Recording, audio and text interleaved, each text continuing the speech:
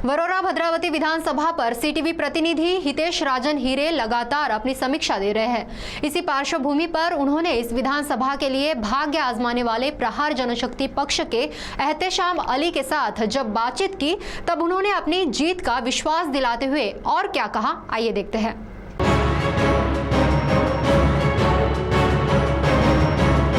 चुनाव को कुछ ही दिन शेष बचे हैं और उम्मीदवारों के प्रचार जोरों पर है। रैली, रोड शो के माध्यम से मतदाताओं की मुलाकात पर जोर देने का चित्र क्षेत्र में देखने को मिल रहा है।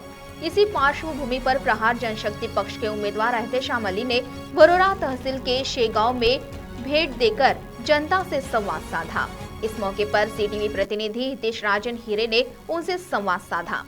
तब उन्होंने हितेश राजन हीरे से बातचीत करते हुए सीटीवी को क्या जानकारी दी, आइए जानते हैं हितेश राजन हिरे की इस विशेष रिपोर्ट में। अतिशय व्यस्त कार्यक्रमातून काही दिवस शिल्लक असताना काय प्रतिसाद लाभतोय, काय नेमकं आपल्याला वाटतंय?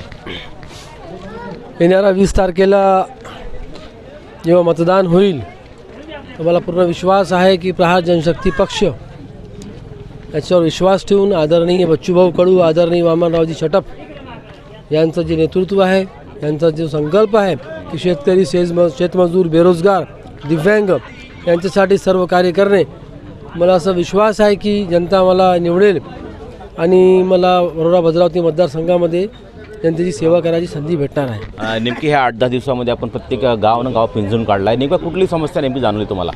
अनेक समस्या आहे। खरं तर या मतदारसंघाचा विकासच झालेला नाही आहे। शेतकरी, शेतमजुरांकडे तर दुर्लक्ष आहे, शेतकऱ्यांच्या पिकाला भाव नाही आहे, बेरोजगारांच्या हाताला काम नाही आहे, गावात पोहोचण्यापर्यंत मार्ग नाही आणि गावातून शेताकडे जाणारी पांधन नाही।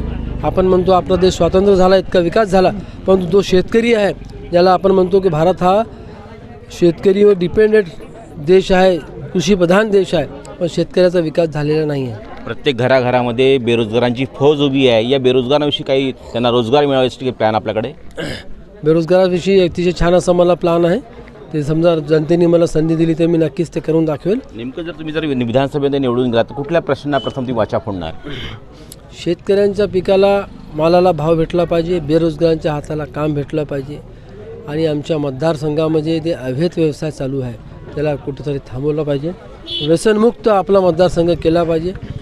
सर्व जनतेच्या घरामध्ये सुख, संपन्नता, शांती राहिली पाहिजे आणि सर्व जनता आनंदमय जीवन व्यतीत केलं पाहिजे, यावर मी लक्ष देणार आहे। यानिमित्त जनतेला, मतदारांना काय आवाहन करणार?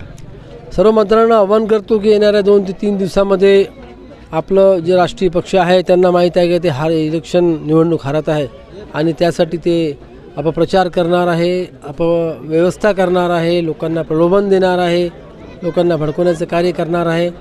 मी जनतेला आवाहन करतो की कोणत्याच प्रलोभनाला बळी पडू नका, कोणत्याच आश्वासनाला बळी पडू नका। चांगलं एक व्यक्तिमत्व, चांगलं एक नागरिक, समाजसेवक म्हणून, सर्व धर्म समभावाचं प्रतीक म्हणून, गुरुदेव सेवाचा भक्त म्हणून आपण सर्वांनी मला संधी द्यावी, हा संदेश देत आहोत। धन्यवाद सर। या ठिकाणी बघू शकतोय की एक सर्वधर्माचं प्रतीक म्हणून एक तरुणांचं एक उमेदवार म्हणून मला निवडून द्यावं अशी आपले एहतेशाम अली